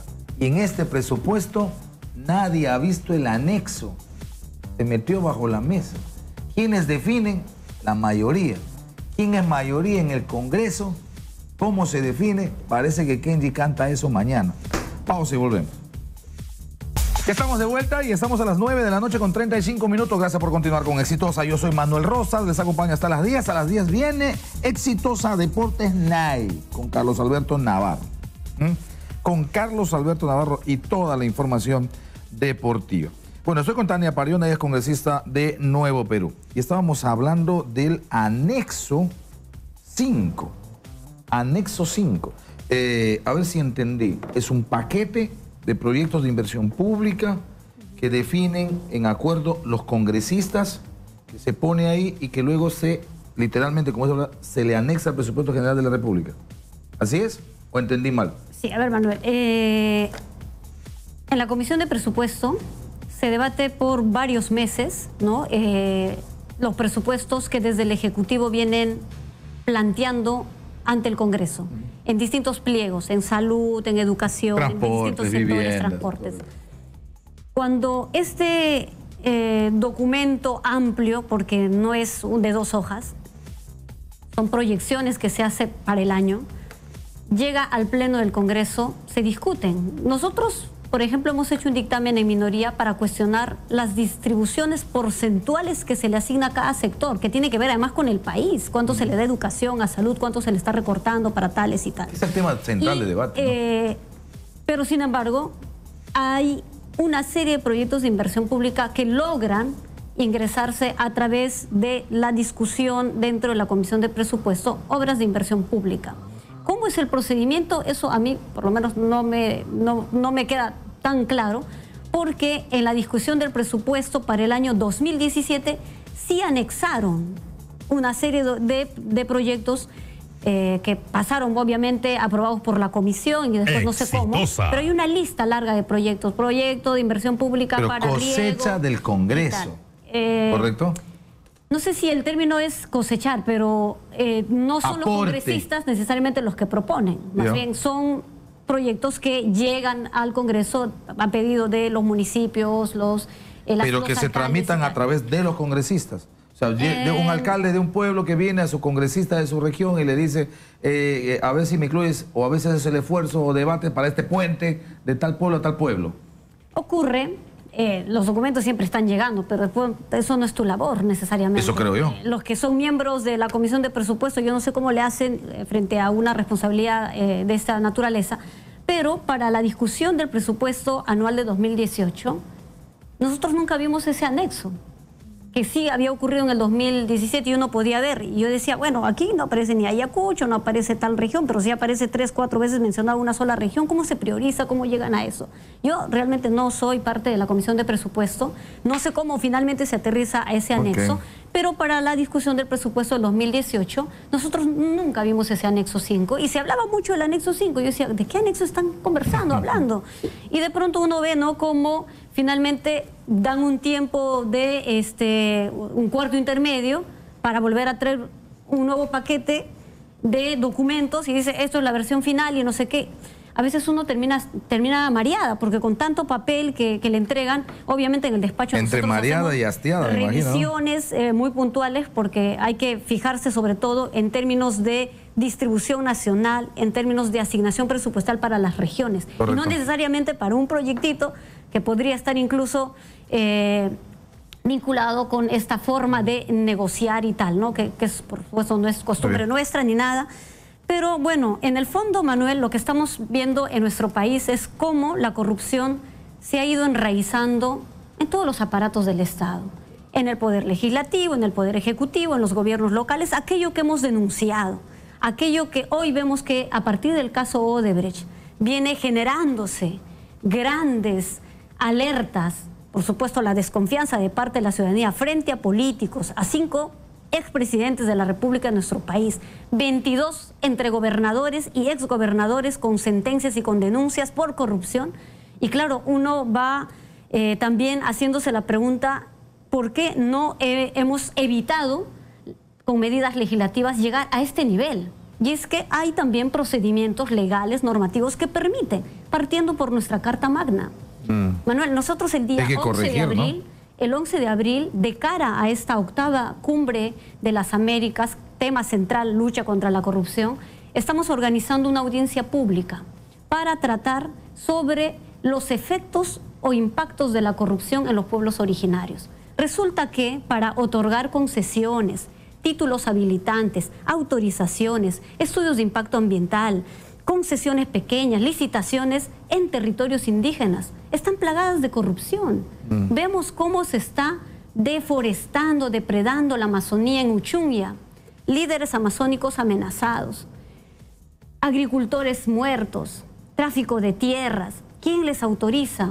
¿Qué papel está cumpliendo el gobierno regional para tener el control? La Fiscalía Ambiental. Y vemos que, en efecto, hay mecanismos administrativos que sí... Hay que cambiar eso, sin ninguna duda. Permiten la corrupción. Correcto. Y pareciera que aquí solo vemos como un hecho de corrupción lo que está develando Odebrecht y que solo eso ocurre arriba en los poderes mayores, pero esto está ocurriendo en territorios Permítame, congresista Parena, regresar al tema. Correcto. Permítame regresar al tema de la acusación o la denuncia constitucional y hacerle 2 preguntas para ir terminando. Postura sobre si usted o Nuevo Perú están de acuerdo con el desafuero de los parlamentarios que entran en el proceso. Y segundo, si se deben incluir a quienes hoy ha propuesto la congresista Vilca Toma en ese mismo nivel. ¿Lo han debatido como Nuevo Perú o tiene usted una opinión que es una opinión personal? Mire, nosotros en principio creemos que por lo menos quienes aparecen en el vídeo, ¿no? El congresista Bienvenido, Bocángel, Kenji Fujimori, incluso juristas reconocidos, así como el señor Moisés Mamani, han cometido un delito. Y tienen que dar la cara ante las instancias también judiciales. Sí, claro. Dentro del Parlamento este procedimiento es regular y creo que procede. ¿Debería terminar en desafuero? Un curso. El desafuero a mí me parece que es una medida que podría ser incluso ejemplar. Cómo el Congreso se ha ido desprestigiando, cómo el Congreso está mirando, perdón, la población está mirando al Congreso. Hoy tenemos 9% de aprobación como Congreso. Hoy ya bajó hasta 7. CPI hoy, diario exitosa, 7%. Entonces, el pensar en un desafuero, por supuesto que nadie dudaría. Decir, oye, esto no podemos permitir, tiene que haber algún tipo de sanción. ¿Usted está por el desafuero entonces? Pero en el fondo, Manuel, porque esa es, digamos, una respuesta ante un escenario de desconfianza tal de la ciudadanía que ya no hay respaldo al Congreso. Pero hay un tema de fondo, y es que en el fondo esta es una pelea familiar de 2 hermanos que pugnan por el poder. Y entonces, ¿por qué aceleran una acusación constitucional de manera rápida? ¿Acaso porque les interesa luchar contra la corrupción? ¿Les interesa realmente llegar al fin de la investigación? Y porque el país se entere quiénes realmente son los héroes defensores del país para luchar contra la corrupción. No, a mí me parece que incluso ahora, desde el punto hay de vista, intereses, por supuesto, pero desde el punto de vista estratégico, hasta convendría que se, ¿no? digamos, utilizando una expresión muy de la izquierda, convendría agudizar esas contradicciones, ¿no? Digo, porque finalmente pierden ellos, no sé si pierde el país. Por ejemplo, evidentemente la postura es desafuero. O sea, en este lío de hermanos que usted dice que esconde como té de fondo, es votarle a Kenji, inhabilitarle 10 años. Ok, eso lo que va a generar en Kenji es lo que está diciendo. Voy al Ministerio Público, voy a presentar todas las denuncias respecto a 2 temas. Asunto de aporte y asunto de congresistas a los que les han dado 5 millones en obras. Diría yo, viva la bronca. Diría yo que viva la fujiguerra, porque finalmente en esa guerra estamos descubriendo cosas que la verdad es que no hubiésemos descubierto nunca si hubiesen seguido como hermanitos, ¿no? Sí. Manuel, más allá de que una fuerza política celebre o vea cómo 2 facciones de fujimorismo se apuñalan, aquí hay un desprestigio finalmente ante el pueblo peruano, y que el pueblo peruano abra los ojos, despierten. ¿Qué tipo de congresista finalmente es a través de nuestros votos es que estamos llevando al Congreso. Sí, pues, eso es y lo que estamos logrando finalmente es una desacreditación, una deslegitimación también. Correcto. Que ya no se diferencia y todos entramos en el mismo saco y la gente cree que todos los congresistas son corruptos y cuando en realidad uno entra al Congreso para hacer cosas buenas, ejercer una buena política y termina lo que está pasando, sin embargo, esta situación, en escenario interno, lo que pasa tuviéramos mucho que ver en eso. En escenario interno, lo que está pasando con Susana Villarán y en escenario externo, lo que está pasando con Lula, entiendo que es golpe para la izquierda, ¿no? Manuel, respecto a Susana Villarán, yo creo que la justicia está haciendo su trabajo y las instituciones judiciales tienen que hacer su trabajo. Nosotros en su momento dijimos, necesitamos, sí, que el Ministerio Público incluso se fortalezca, haga un trabajo efectivo, sea más eficaz y cumpla su papel para el cual existe. Y aquí no se trata de blindar a nadie. Hemos dicho que caiga quien caiga, tiene que llegar el momento en el que se investigue muy profundamente y se sancione a quienes están coludidos, involucrados y han cometido delito de corrupción. Correcto. Eso queda transparente y clarísimo en nuestra posición más. Muchas gracias. Gusto saludarla, que le vaya bien. Gracias. Tania Pariona, congresista de Nuevo Perú. Ha estado con nosotros aquí en Exitosa, la radio y la televisión del Perú. Voy a conversar, pero también, no sé si antes o después. Después me parece, Omar, ¿no? Después, sí, después.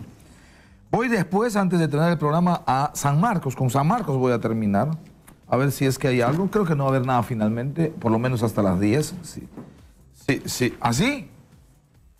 ¿Antes de las 10, Omar? Ah, ok. Entonces antes de las 10, de todas maneras nos vamos. Ok. Pero antes de Marcial voy con Halter Saavedra.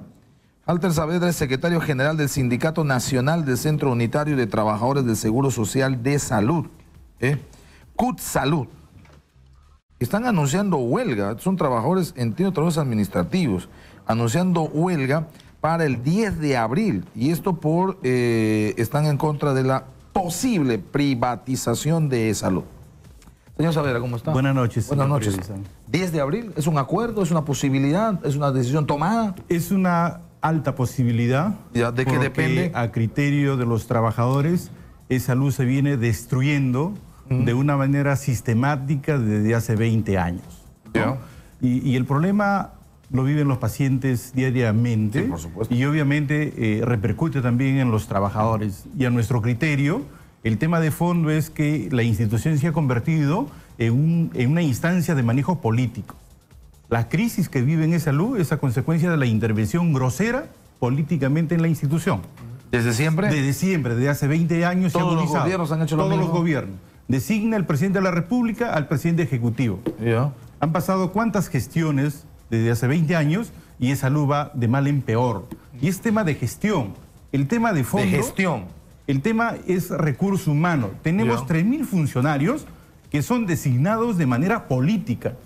Los profesionales de la institución, sean médicos, sean abogados, sean economistas, administradores, están postergados. Y los funcionarios que vienen en cada gobierno, vienen no a identificarse con la institución, vienen a ver cómo me beneficio de esta institución. Bueno, a mí me llama la atención. Luego me retiro de la institución y no pasa nada, porque el órgano de control, la Contraloría, prácticamente es un adorno en la institución, no investiga, no sanciona nada. ¿Usted conoce algún funcionario corrupto de salud en la cárcel? No. Ninguno. No. Entonces, eso sigue así y obviamente... Deberían haber, por supuesto, porque hay grandes negociados que se manejan en la institución y nadie hace nada. Correcto. Entonces, ahora, a mí me llama la atención, señor Saavedra, la ocasión, porque justo, mire, y usted acláreme, justo estamos viendo unas medidas que se anunciaron ayer, me parece, por parte de la presidenta ejecutiva de salud, la señora Morinelli. Por ejemplo, esto, que se reabre la emergencia de Rebagliati, que en poquísimo tiempo van a significar 145 camas más. Que va a haber en poquísimo tiempo también 100 camas más en el Almenara, eliminándose aparentemente oficinas administrativas. Que va a haber desde el 1 de mayo atención de 8 de la mañana a 8 de la noche, probablemente entre 2 a 3 turnos, de lunes a domingo en todo el Perú. Que acaba de bajarse la edad para atención al PADOMI de 75 a 65 años y una implementación mayor para evitar precisamente que los adultos mayores vayan y hagan cola. O sea, a partir de 65 años hoy ya no tendrían por qué ir a salud. No sé por qué, pero me da la impresión de que si estas medidas son reales, parecen buenas, ¿no? Aparentemente. Aparentemente, porque finalmente son gestos y que a veces los gestos son importantes. pero no van al tema de fondo. ¿Cuál es el tema de fondo? El tema de fondo es salud. No tiene bastante problemas por la gestión, fundamentalmente, por ejemplo, del último presidente que hemos tenido. Del Castillo. ¿No? Del Castillo, que por ejemplo, en un año en el Hospital Rebagliati hemos tenido 5 administradores. En un año y medio, 3 gerentes. Los administradores en la red Almenara, Sabogal y Rebagliati, puestos directamente por el presidente ejecutivo. Y se dejó de comprar. ¿Por qué no le duraban? No le duran porque primero son incapaces y segundo, se dejó de ejecutar el presupuesto de las compras en el 70%. Solamente se compró el 30%. Y eso repercute, no en usted y de repente en mí tampoco, porque de repente conocemos y nos podemos de repente aliviar. Pero sin embargo, el pobre trabajador, el familiar del trabajador, no tiene sus medicamentos, no tiene su cama para operarse, las citas es una odisea, hay que hacer cola desde las 4 de la mañana. Y señor periodista, vuelvo a reiterar, es tema de gestión. No va a funcionar nuestra institución si finalmente se maneja políticamente. Nosotros hemos planteado a la presidenta ejecutiva. ¿Qué están exigiendo desde el Sindicato Nacional del Centro Unitario de Trabajadores de Salud? Mire, en principio nosotros estamos señalando claramente que la gestión, por ejemplo, tiene que comprometer a los profesionales de la institución en la gestión. A los de carrera. Designarlos en cargo de confianza. A los de carrera. A los de carrera, que conocen la institución y tienen la camiseta de la institución. Obviamente entendemos que políticamente puede entrar su gente, pero será pues un cargo reducido, porque una institución tan compleja hay que conocerla perfectamente desde adentro, para no poner paliativos, como voy a abrir la emergencia 100 pacientes, y eso no arregla el problema. El problema es mucho más profundo. En Lima se ve crisis, en provincias es peor. Sí, por supuesto. Tenemos otro tema, el tema de la deuda, que todos los directorios de salud, que tiene representación de los empresarios, que tiene representación de los trabajadores, y nunca se cobra la deuda tributaria que está a cargo de la SUNAT y la no tributaria que está a cargo de salud. En el tiempo de la señora Bafigo, no sé si usted se recuerda, se declaró en reorganización. En ese entonces se determinó una deuda acumulada entre la tributaria y no tributaria en 3.000 millones de soles. Ahora vamos en 5.000 millones de soles. Va a ir creciendo y no se va a cobrar. Y para nosotros eso es gestión. Esa es gestión. Y para tener éxito nosotros en nuestro objeto principal, que es la prestación de la salud, tengo que tener recursos financieros, tengo que tener liquidez, tengo que cobrar a los que me deben. Y no hay ninguna voz del sector empresarial y del sector laboral que están en el directorio en exigir el pago de esa deuda. ¿Por qué no se cobra? Porque no quieren. Creado seguramente debe ser, ¿no? Porque ¿qué otra explicación podría haber? Descarado, ¿no? Mire, acá yo tengo la cifra de la SUNAT. En deuda tributaria, el 65% es del sector privado. Privado. Señor, y al sector privado usted lo puede exigir judicialmente y puede embargar sus bienes para recuperar la deuda. ¿Cómo hace SUNAT? ¿Cómo hace la SUNAT? Deuda tributaria, te levanta, oiga, hasta la truza. Y en la deuda no tributaria, los grandes deudores son los municipales y los gobiernos regionales. Estos señores que se reeligen, mucho les gusta estar en los cargos de elección popular, pero nunca cumplen con sus trabajadores en pagar el seguro social. No se les denuncia y debería denunciar a esos señores para que paguen la deuda. Y ahí también, también hay una responsabilidad de los propios trabajadores. Obviamente. ¿No? O sea, los sindicatos, los trabajadores de los municipios, de los gobiernos regionales, deberían exigir a su gobernador que le pague. Obviamente. Pero, dígame, estos gobiernos regionales que no pagan sus trabajos, ¿tienen atención en el salud a pesar de que no se le paga? De acuerdo a la ley, ahí está la gravedad. De acuerdo a la ley, te descuentan tu seguro, tú tienes que atenderte, tienes el derecho a la atención. Sin embargo, aunque si tu empleador no paga... No va preso el empleador. El empleador no paga y el seguro tiene la obligación de atenderlo. Entonces ahí está el problema en la institución. El trabajador no se perjudica porque hay que atenderlo, pero el empresario que se quedó con su dinero tampoco paga la... No hay ninguna penalidad. No hay ninguna penalidad. Mire, la deuda tributaria en el Perú, no pagar el tributo es delito. Sí, por supuesto. ¿Sí? Pero en el caso de salud fue exceptuado. O sea, no es una pena... no es punitivo, o sea, nadie puede ser denunciado penalmente por no pagar la deuda de salud. Y esos pues son componendas políticas. Señor periodista, los trabajadores en E-Salud, qué increíble, hasta el año 80 seguramente, teníamos la imagen de los mejores pagados de la administración pública. Sí, es verdad. Hoy debo decirlo al país que somos los peores pagados de la administración pública. Cualquier trabajador de la administración pública, SUNAT, sea Banco de la Nación, sea Registros Públicos, sea Poder Judicial, gana por encima de los trabajadores de salud. Un médico... Ha habido un retroceso increíble. Totalmente. Y el tema financiero y problema de intromisión política. ¿Usted se acuerda de la inafectación a las gratificaciones de diciembre? Sí. Ahora se ven las consecuencias. Bien para el trabajador porque tenemos un ingreso, pero mal para la institución porque se ha desfinanciado, ha dejado de percibir 300 millones al año. ¿Y quién paga esa factura? El paciente, porque finalmente no se invierte. ¿Usted ha visto en estos últimos 2 meses alguna inversión en E-Salud? No. No hay ninguna inversión, no se construye nada, no se compra nada porque los recursos, en efecto, aparte de ser mal manejado, se deja de percibir. Hubo un estudio matemático actuarial de la OIT que recomendaba incrementar el aporte patronal, pero nunca se hizo. ¿Por qué? Correcto. Porque hay intereses creados. Y con respecto a la huelga, yo quisiera aprovechar la oportunidad de dirigirme a mis compañeros trabajadores que la huelga para el día 10 de julio está programada. ¿Para y el nosotros, 10? Para el 10 de abril. 10 de abril. Y nosotros estamos en ese trabajo y esperamos que todos los trabajadores ayuden conscientemente a hacer esta presión social. Los médicos finalmente el 12, ¿no? Sí, casi hay una coincidencia, pero esta medida de fuerza se convierte en una presión social para que también los gobernantes del país, sea el Congreso de la República, sea el Poder Ejecutivo, adviertan la grave problemática que hay en salud y ojalá que recapaciten y dejen de manejar política y electoralmente una institución que es tan importante para la vida de nuestro país. Razón. Muchas gracias, señor Saavedra. Gracias a usted. Muchas gracias. A ver si se evita el paro, y si se evita es para... la forma es conversando, poniendo en mesa de diálogo y poniendo estos puntos que me parece que es irrebatible, no le puedo contradecir en nada. ¿Qué se le puede contradecir? Una deuda que no se cobra por ineficacia absoluta, total.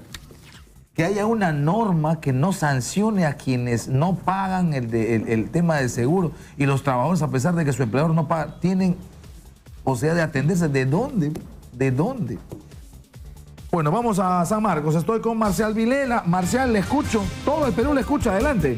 Efectivamente, nosotros nos encontramos en los exteriores de la Universidad Mayor de San Marcos. Declaraciones del congresista Ochoa en estos momentos ha llegado hasta esta casa de estudios.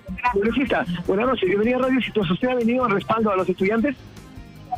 Un segundito, voy a conversar con ellos y voy a ver qué es lo que pasa. Vemos que las anquetas policiales están en los exteriores, al parecer va a haber un inminente desalojo y no sabemos cuáles son las garantías, sobre todo para los estudiantes. Desde acá invocamos al presidente de la República para poder revocar esa situación. Desde aquí invocamos al ministro del Interior para que pueda revocar esta situación. No sería, insisto, un buen precedente para un gobierno que se ha declarado dialógico o dialogante. Yo confío en el señor Vizcarra y entiendo que esa situación él mismo no lo va a permitir. Usted mismo va a ingresar a donde se encuentran atrincherados los alumnos. Yo espero poder conversar con ellos. ¿Ha visto también personal de la Defensoría del Pueblo en estos momentos? Ojalá la Defensoría del Pueblo es responsable de garantizar los derechos fundamentales de las personas. Muy bien, ahí está. Ojalá no pase nada, Marcial, en los próximos minutos. Bueno, en algún momento tendrá que ocurrir, pero insisto, llamar a la calma, a la tranquilidad. Aquí ya el tema de la policía, olvídense, ya la policía no es responsable, por eso tienen que acatar. Les van a dar la orden y tienen que entrar. Si los chicos entienden, ojalá podría llegarse a un acuerdo para evitar estas acciones de fuerza que ya tienen marco, porque ya tienen marco, ya se le ha autorizado el Consejo Universitario del Rector, y el rector ha pedido la intervención que tiene que ocurrir en los próximos minutos. Ojalá que mañana la nota con la que se abra el día, informativamente hablando, no sea de desgracia fuerte en San Marcos. Ojalá mañana despertemos y digamos: desalojo en San Marcos, se abrieron las puertas y las clases han retornado a la normalidad. Efecto, ningún otro, ni heridos, ni detenidos, ni otra cosa de mayor gravedad. Marcial, muchas gracias. Gracias a ustedes por la sintonía que han prestado al programa. Viene Exitosa Deportes. Exitosa Deportes Night, con toda la información deportiva. Conmigo hasta mañana. Tenga buena noche.